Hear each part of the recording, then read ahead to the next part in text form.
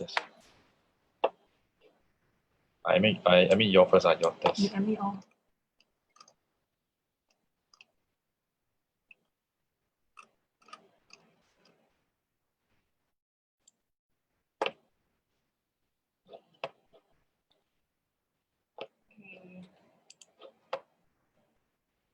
Sean, can you hear? You people are waiting to be admitted. You just admit them all first.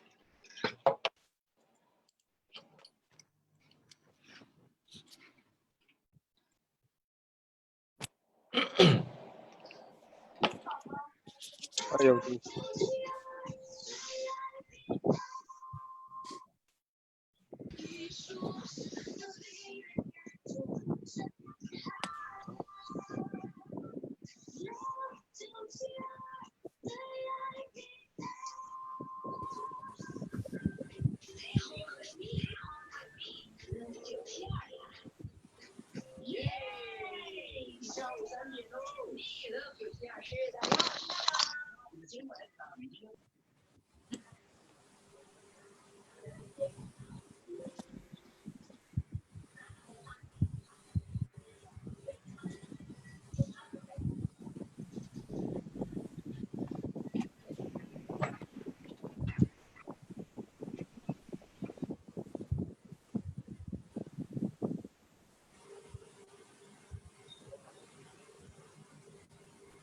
Hi, good afternoon, coaches.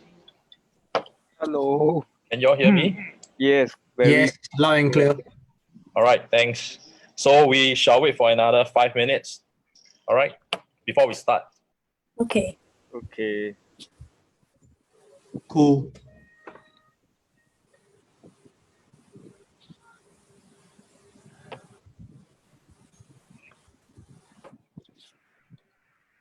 Don't do it.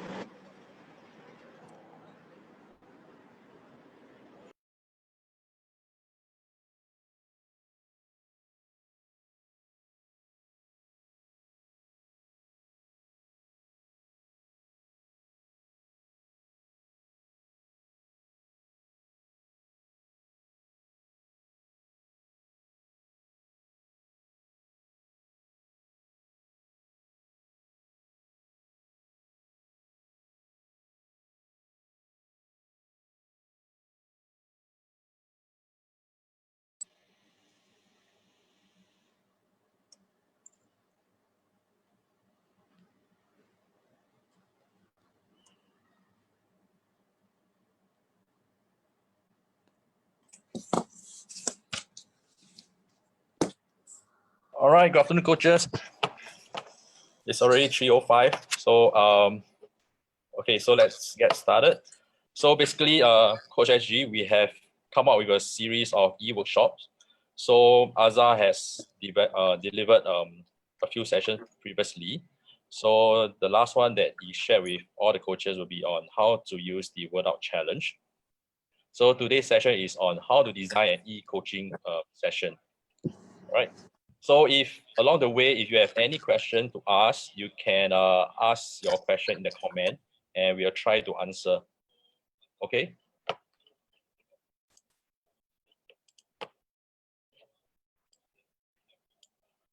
All right. So all of us know that when the first detection of the COVID-19 case was being detected in Singapore, a lot of changes has been made in terms of coaching in schools, private coachings, closure of sports facilities, and a lot of coaches are affected by this.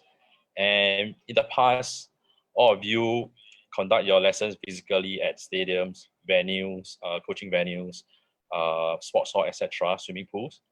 So with the current COVID situation, it's time for us to see how we can move our physical coaching into the virtual space. All right, and it's also time for us to take a step back and to recalibrate our perspective and mindset to deal with this transition. And there are some pointers that would allow us to come out of this situation as better coaches.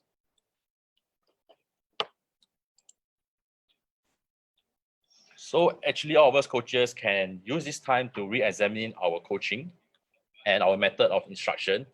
All right, in the past, perhaps because your athletes and students are right in front of you and the way you instruct would be a very one-way directive instruction. So, but then if let's say if we are going to move our coaching session into the virtual space, what would be our method of instruction? Is it going to be a one-way or is it going to be more of the interactive, right? And it's also good to spend some time to plan your lesson because it's very different when you conduct an e-coaching session in the virtual space, right? And expect errors in the first few attempts. So for a lot of you, it may be the first time that you will want to conduct an e-coaching session and you may not know what to do.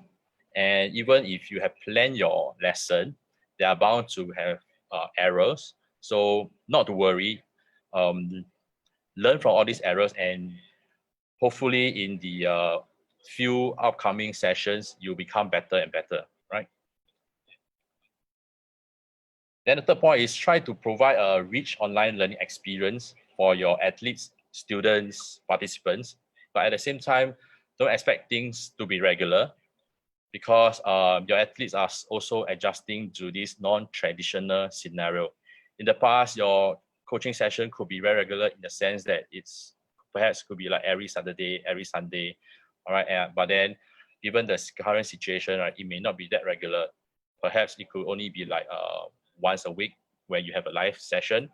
And yeah, less is more. So lessen the activities that you would have under normal circumstances. All right, even a 45 minutes Zoom training session can be meaningful for the first few times. And a shortened sessions allows more focused learning for you and your participants in this time of adjustment. A fifth point, which I feel is very important, is to get in touch with other coaches in the community to exchange practical knowledge, information, and tips, especially on how to use IT to deliver your coaching session.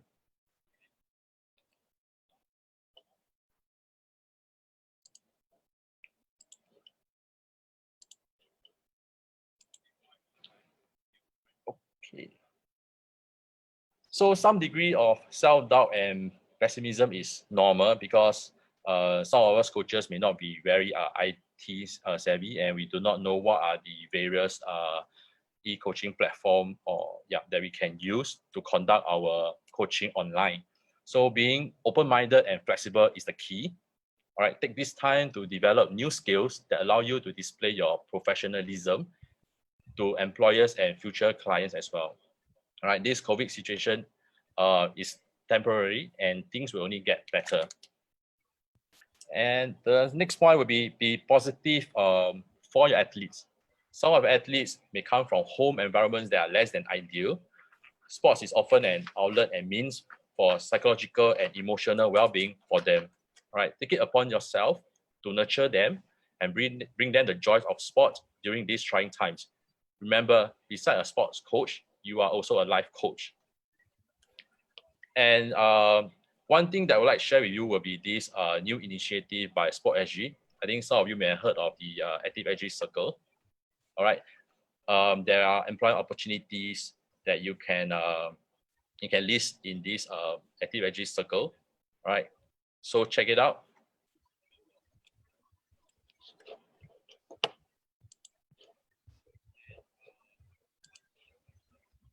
Okay, before I start on the session on how to do how to design a e-coaching session, so perhaps I will want to do a short poll to check or to see if any one of you had already started an e-coaching session. All right, just take a few seconds of your time.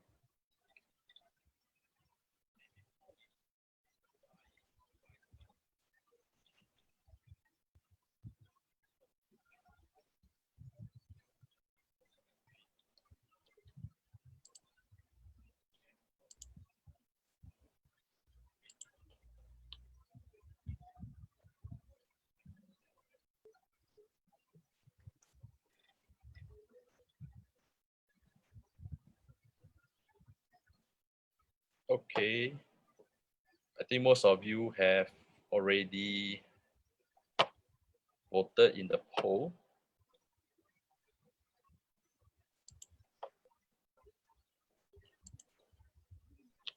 All right, so I can see that some of you had already started e-coaching session. Perhaps towards the end of this session, I can invite you to share your experience with the other coaches on what are things that you faced when you started your first e-coaching session. All right, so if you can identify yourself, perhaps you can identify yourself in the comment. All right, and then we will get back to you towards the end of this session.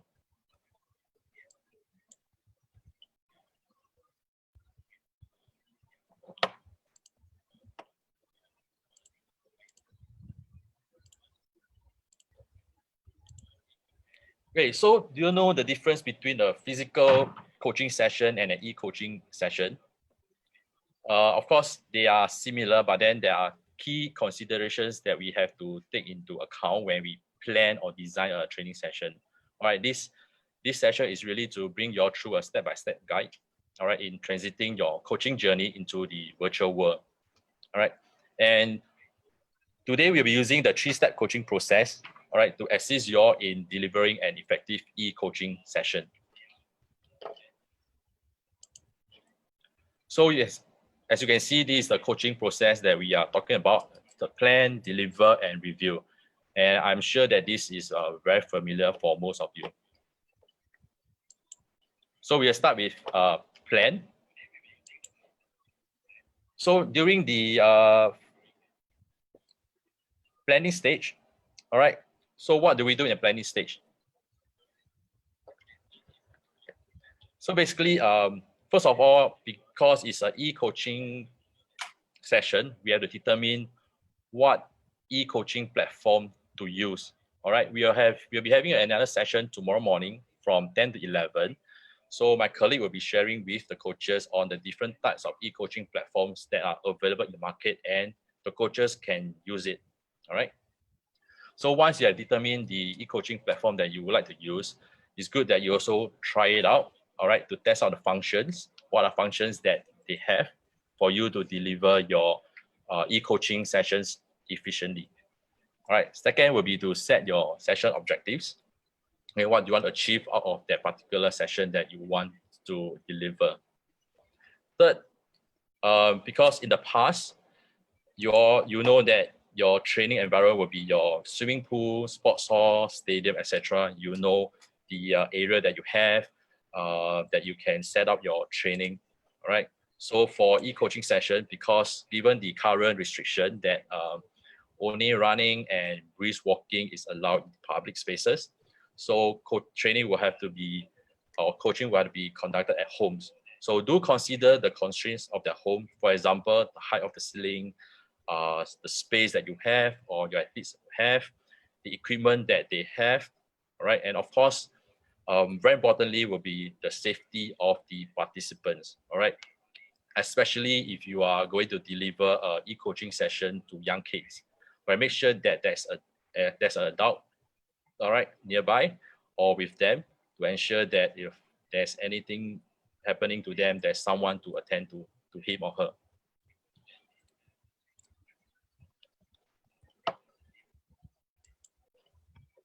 Great. The next step will be designing your activities. So when you design activities, you have to consider the frequency. All right. Do communicate with your participants. All right. How many times they would like to have the session, the intensity as well. So you may not.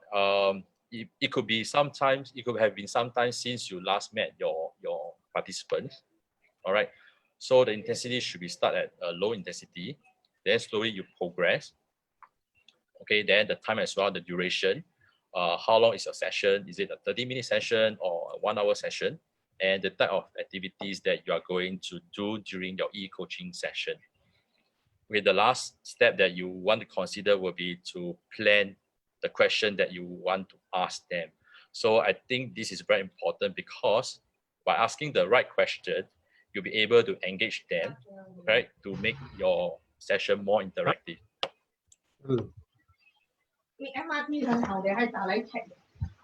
Okay, this is one sample lesson plan you could use to write your lesson. All right. So you may ask that can I still so-called cultivate values in an e-coaching session? All right. My answer is yes, you can still do that. For example, let's say you assign some homework for your athletes to do, and he's supposed to record it and then send it to you to provide feedback. So if your athlete is enough to do it diligently, this is one value that we can see, right? So I'm sure that you will be able to specify what are the behaviors that you want to see from your athletes as well. Donju, your background At the end noise of is this very session, loud. we'll be able to share all these resources with you, right? There will be a link to be shared, all the resources that we have come up with for this e-coaching series. All right, it will be published on our website.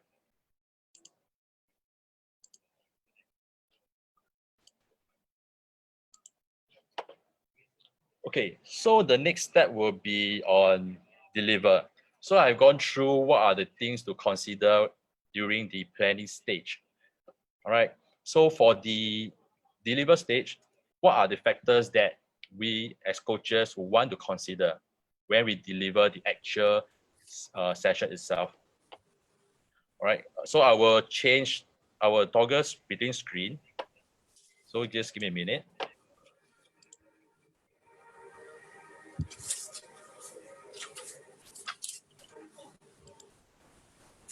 So if I can get you all to go to mentimeter.com, use the code 258833 to list down what are the factors that you think that coaches have to take note during the deliver stage.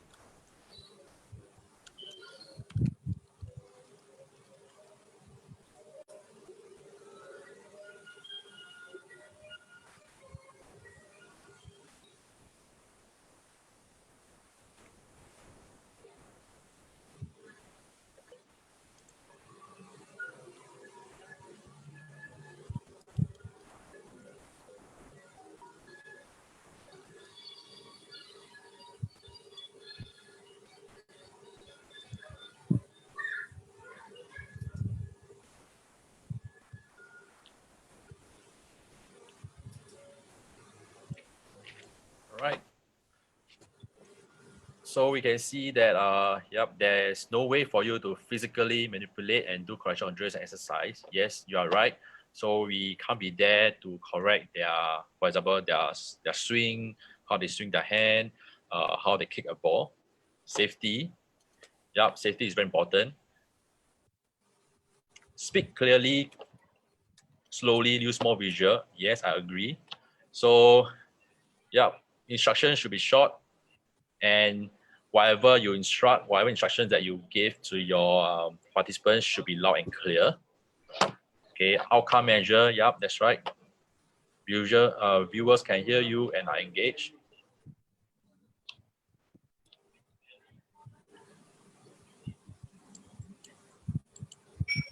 Sessions do not be allowed to become draggy. Keep energy levels high and end on a high note. Ensure learners gain something out of that session. Right? Yes, I think it's very important to keep your participants engaged so that they will not be bored of your training session.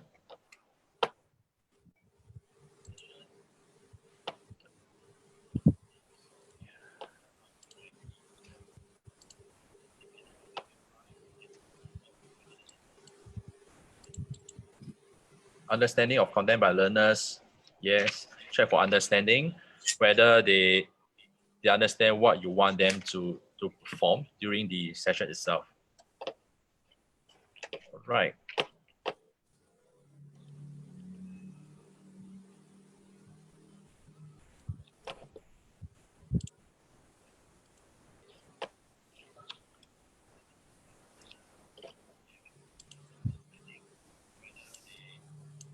Okay, so most of you have covered some of the points that I'm going to share with all of you.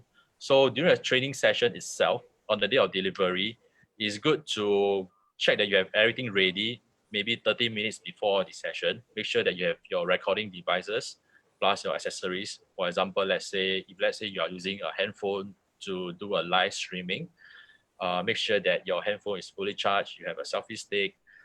Yep. And you also make sure that you have the training equipment that you want to use during the session itself. And one important thing to take note is ensure that your environment is bright so that your participants can see you. All right. Then preferably the color of equipment and apparel is in contrast with your recording background. For example, let's say your background is a white wall. All right, you wouldn't want to be wearing something that is white in color. Yeah, so maybe you could be like wearing a red one, a blue top. All right, your equipment as well, so that is in contrast, and your participant can see what you want to demonstrate clearly. Okay, step 2. At the beginning of the session, you will do an introduction. Right, so it's good to set ground rules. Whereas one of the ground rules that you all can set would be to get them to start their video, to open their video, right? So that you can look at them and to observe what they are doing, how are they performing during the session itself.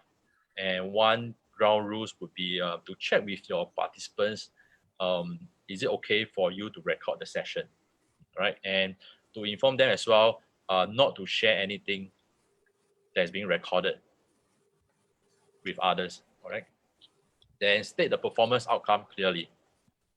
For example, let's say this session is to get them to demonstrate, for example, forehand net lift. All right, state the performance outcome clearly so that they know at the end of this session what is the learning outcome for them. And the third point will be reminding them to work in a safe environment. All right, make sure that there are no lying objects around, and please emphasize this safety. All right. So next will be the demonstration and explanation. So make sure that explanation is audible. All right. Make sure that they can hear you clearly, loudly. All right. Check for understanding. Make sure that they can repeat the learning cues that you have shared with them, and use appropriate learning cues. Make sure that it's precise. All right. Short, and use appropriate training equipment as well. So perhaps if you have any training equipment that you would like to use during the session, all right, maybe give it some thought. Whether do they have such equipment at their home as well? If not, how can we modify the equipment? We demonstrate in appropriate angles. So when you're doing your demonstration, do it in an angle such that they can see what you want them to observe. All right. So let's say you want to teach them how to, or you want to demonstrate, let's say, juggling of the ball, for example. All right. Football, juggling of the ball. Your back shouldn't be facing them. All right. You should be facing them, and then they can see how you're going to juggle the ball with the thighs.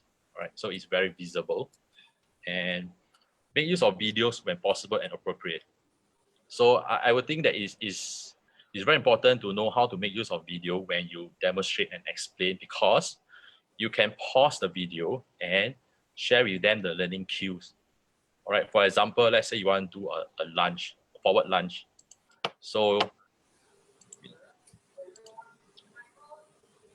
you can, while playing the video, you can pause at when the so-called the person in the video is doing a lunge. Then you can emphasize the learning cues. For example, let's say, okay, when you're doing a lunge, your knee shouldn't be over your toes. All right, this is one learning cues that you can emphasize. And you can repeat your demonstration to reinforce learning cues. So what you can do is, at first you can do a whole demonstration, and then you break down into parts where you share the learning cues of each part, and then you go back to the whole demonstration again. All right. With this, you will reinforce their learning as well.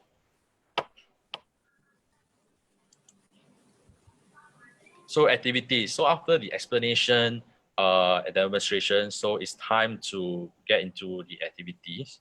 Okay. So in the planning stage, you would have already designed appropriate activities. All right. And there should be progression as well to support the quality of learning. So you wouldn't want to start with something that is very difficult for them to perform. You want to start something that is easy, and slowly you progress to make it more difficult, to provide some form of challenge for them to keep them interested in your session.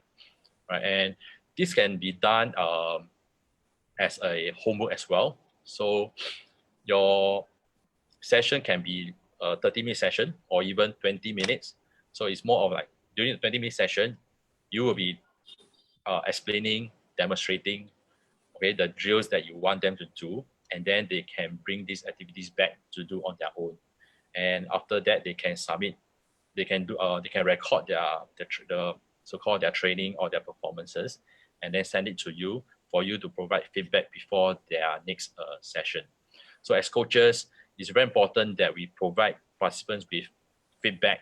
All right, positive feedback, corrective feedback, and praise them as and when you think that they have performed well in the training session. Okay. One thing to take note is, for the start, you may not want to have your coaching sessions to consist of a big group, right? You may not be able to observe all of them. So it'd be good that you start with a smaller group. For example, let's say 6 participants or so around there. Then you can schedule so for the first 30 minutes, I will have the first 6. The next 30 minutes, I can have another 6. Right, step 5 will be the conclusion. So as coaches, at the end of these sessions, we will check for understanding whether do they understanding what is being shared with them, what is being taught. All right. So yeah, you can ask questions. All right. You can start by asking questions. Okay, tell me what are the learning cues for these particular skills that I demonstrated. All right. Review learning cues to reinforce learning and assess their learning as well. Then it's also good to explain how the learning outcomes will be linked to the next session, so that they will know, okay, today, for example, let's say I'm doing let's say a straight pass, okay, a straight pass. Then how is this going to be linked to the next session? For example, okay, today we did a straight pass. Next week we're doing a cross pass. And it's also important to invite feedback from your participants, especially during the first few sessions. All right, allocate three to 5 minutes, all right, to ask question, to invite feedback from them, to see how you can how you can improve your session, and also to check with them how they feel about your first e-coaching session, and inform them of the next session. So as what I mentioned earlier on, your sessions may not be very regular, all right? So tell them, okay, the next session could be on a Friday, on a Saturday, what time would that be, all right?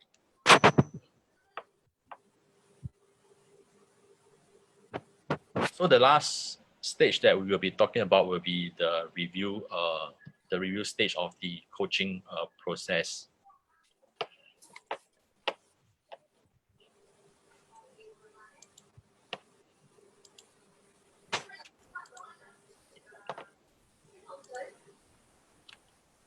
Okay, as what we have done earlier on, so what are the factors that you want to take note during the review stage?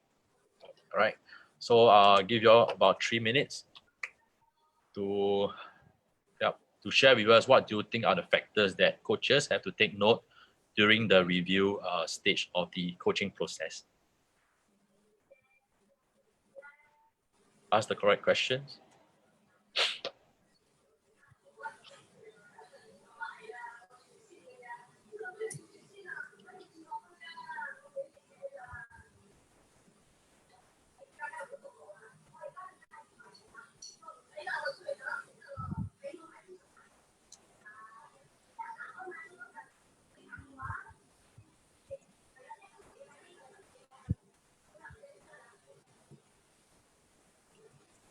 What went wrong, what went right? For improvement, be open to feedback. Students to share and take away from a session, know that what went well. Being able to observe everyone effectively, getting feedback from participants. Understanding of action, purpose, application, limitation. Yeah. Taper expectations. All right.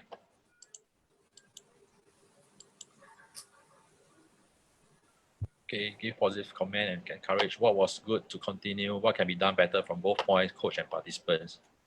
Okay, you all run a session, all right.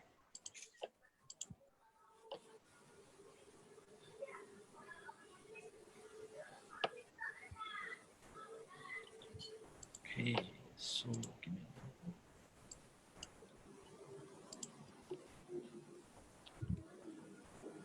Okay, so most of you have given your views on what are the factors that we have to consider during the review stage of the coaching process.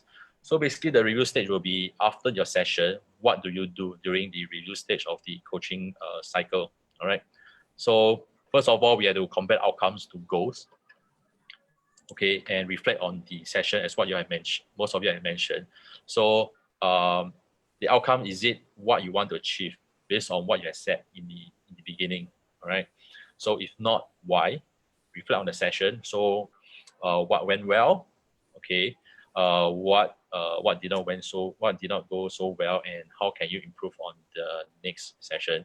And it's also good to document what happened during the session so that you have a record and you have something to refer to, okay? And it's also good to create document for feedback, especially if you don't have time to cater for feedback during the session itself. So one example could be a Google form where you can set it up with some questions, and then you can just send it to your participants for feedback. Okay, then plan for your next session by identifying key learning points, okay, which will help you to deliver a more effective session. So as for coaches, if you become more familiar with this review process, all right, in the long run, you'll be able to deliver increasingly effective session that will benefit your participants. Okay.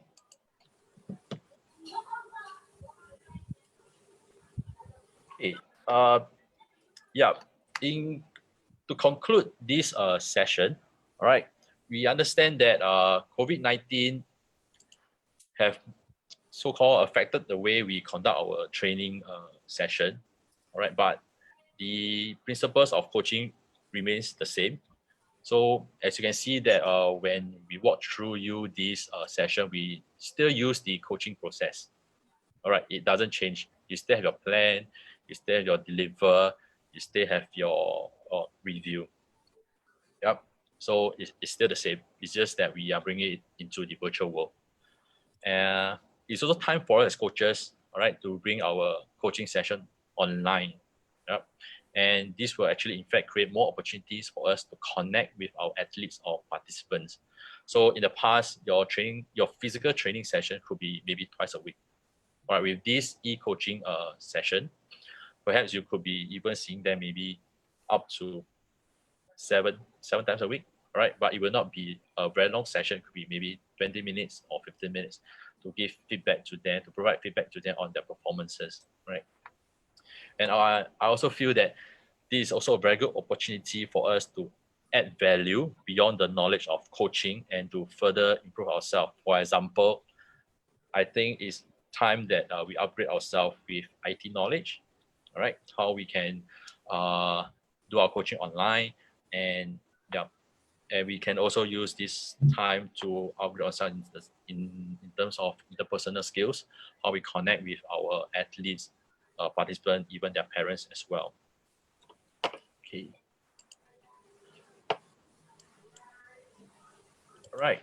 So in the beginning of this session, some of you have voted that you have already started some e-coaching sessions. All right. Would you want to share your experience with the coaches here? Anyone?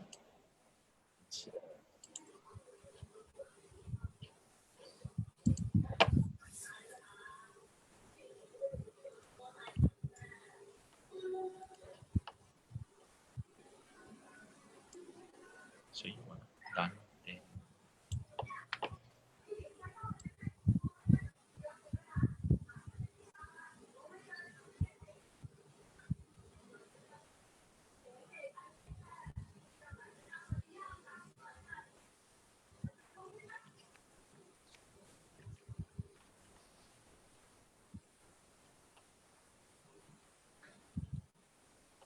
Danny, would you like to share?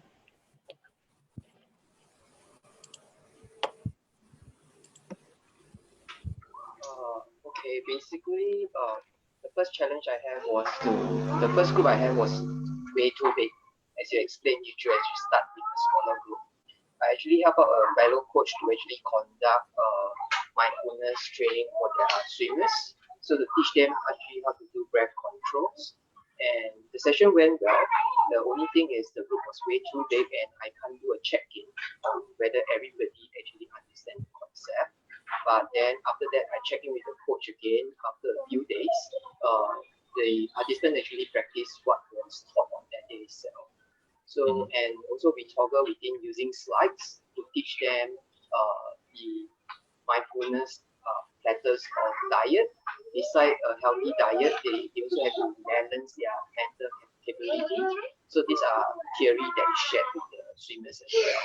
Yeah, and also I did one more with my coaches, and that one I faced problem with the video sharing, and after that then I learned that where was the hiccups, and then after that rectified with the whole things again. So overall it was challenging but interesting learning platform for myself. Thank you. Yeah, thanks. Thank you so much. So yeah, so you heard from him that when he was delivering his first e-coaching session, all right, there are bound to be some difficulties that we will face. But then, I mean, as coaches, a lot of times we want our athletes to overcome some challenges during the training session.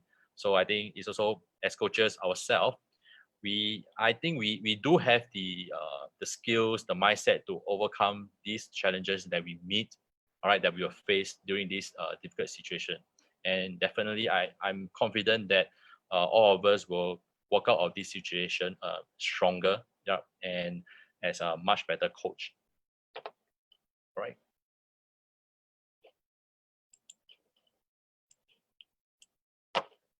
Okay. So yeah, we have come to the end of this session. All right. So please give us your feedback. All right. So you can screenshot, or give me a minute. We will share the link with you at the chat.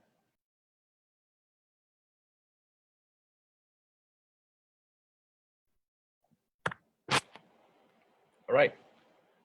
So in the feedback form, if you would like to clock your CC hours, please include your name and contact number so that we can get in touch with you with regards to your CC hours. Right.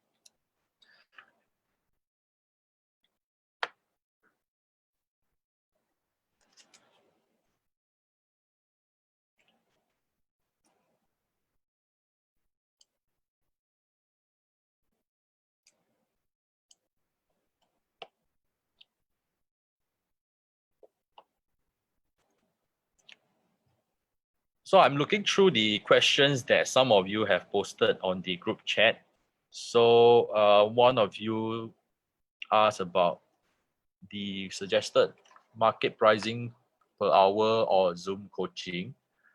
All right. So currently we don't have any specific rates, right? You can try it out first and then adjust accordingly, right?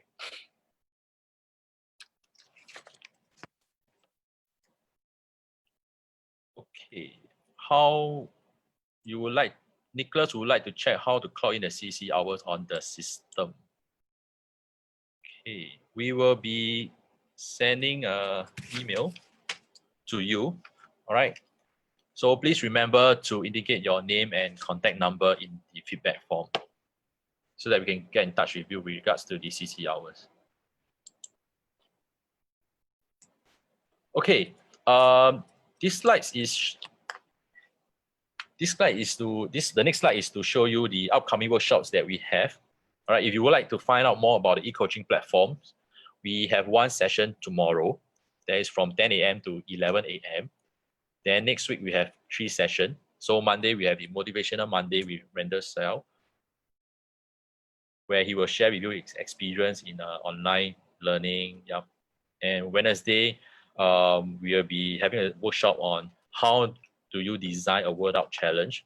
If you have followed our Facebook and YouTube channel, you'll see that we have published or we have pushed out quite a number of word out challenge resources.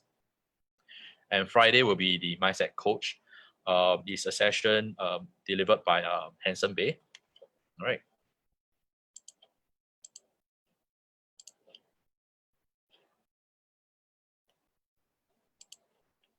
Okay, so you can find our coaching learning resources on our Coach SG website.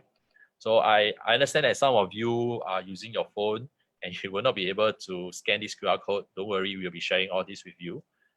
All right. Okay, before we end, can I get you all to show yourself? All right, so that we can take a group picture.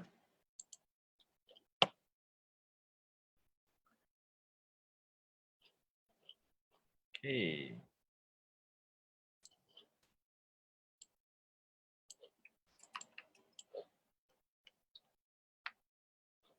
All right, smile, thumbs up.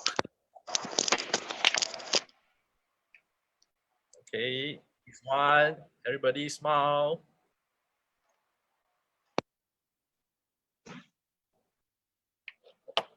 Okay, all right. Thank you so much. So thank you, stay active, stay safe, and stay home. Hope to see you all again in our next session. Thank you. Thank you, bye. Bye. Thank you, Andrew. Bye. Thank you. Thank you so much.